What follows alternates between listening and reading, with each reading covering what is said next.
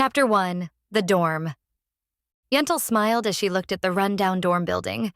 It was an old, stained, gray, concrete box with as much originality as a brick in a wall.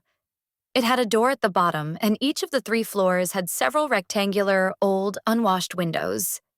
Once upon a boring time, a lot of buildings in the city had looked like this, but the others had long since been put out of their misery. And judging by the look of it, this one hadn't long left to live either. At the moment, it was still standing, however, and rented out 30 dorm rooms, one of which was now Yentel's. "Finally," she said, squeezing the handle of her suitcase tighter. If one of the neighbors from the much, much nicer apartment buildings at either side had seen the slim young girl with the ponytail standing there with her suitcase, they would have probably thought she was in shock, debating with herself whether or not to go inside and have a look around, or just leave right now and go look for another dorm room elsewhere in the city. It wasn't shock that kept Yentel from going inside. She was relishing the moment. Her heart fluttered in her chest. The pink blush on her face wasn't just from the summer heat that was bearing down on the city. A few buildings further uphill, the street ended in a little park with the causeway right behind it. The noise was considerable, but all Yentel heard was her own heavy breathing from dragging her suitcase up the steep street in a hurry. "All right, let's go see what it looks like on the inside," she said. The dorm building stood back a little from the street and had a garden that went around it. Yentel dragged her suitcase across the cracked stones of the path leading to the door, looking around at the wilted flowers and dried-out shrubs. In between them lay bits of trash. From behind an empty soda can peeped a rat, but on second glance it was as dead as its surroundings.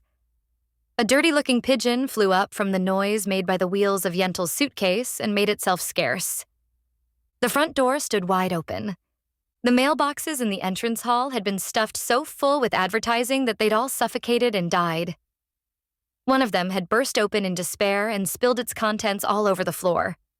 Some of the folders had been put to good use, however. A bunch of them had been rolled up and stuffed beneath the door that led further into the building to keep it open. Inside it was cooler, quiet, and it smelled like a public bathroom. "Mom," said Yentel with a sigh as she looked at the bare, old, stained walls of the corridor behind the entrance hall. Her foot bumped against a little bag of trash and it broke. Green goo spilled out of it, but she pulled back her foot in time. "Just how much effort did you put into finding the absolute cheapest dorm in this city?" It did little to lessen the smile on her face, however. The building had an elevator, and it came complete with a man sleeping inside of it. He was barefoot, had no shirt on, but he did wear underpants. He was so fast asleep that he didn't wake up when Yentel nudged him with her foot. He reeked of stale beer, and Yentel preferred not to share the elevator with him. She lifted up her suitcase and took the old stone staircase. At first glance, every floor looked the same. From the stairs, you arrived at a small hall.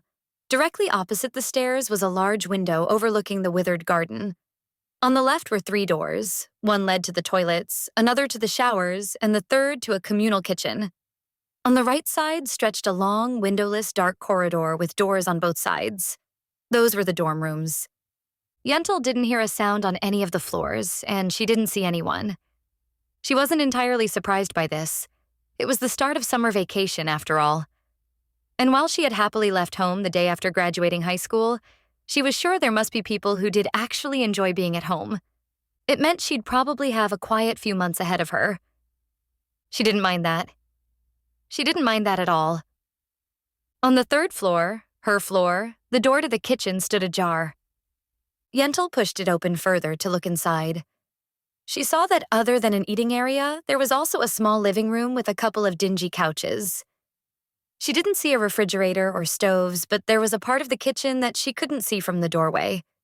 She didn't go in to explore the kitchen further because it stank and the floor was stained with all sorts of filth. "Mom, did you even see this place before deciding?" Yentel muttered. Then she heard someone behind her say, "Hello."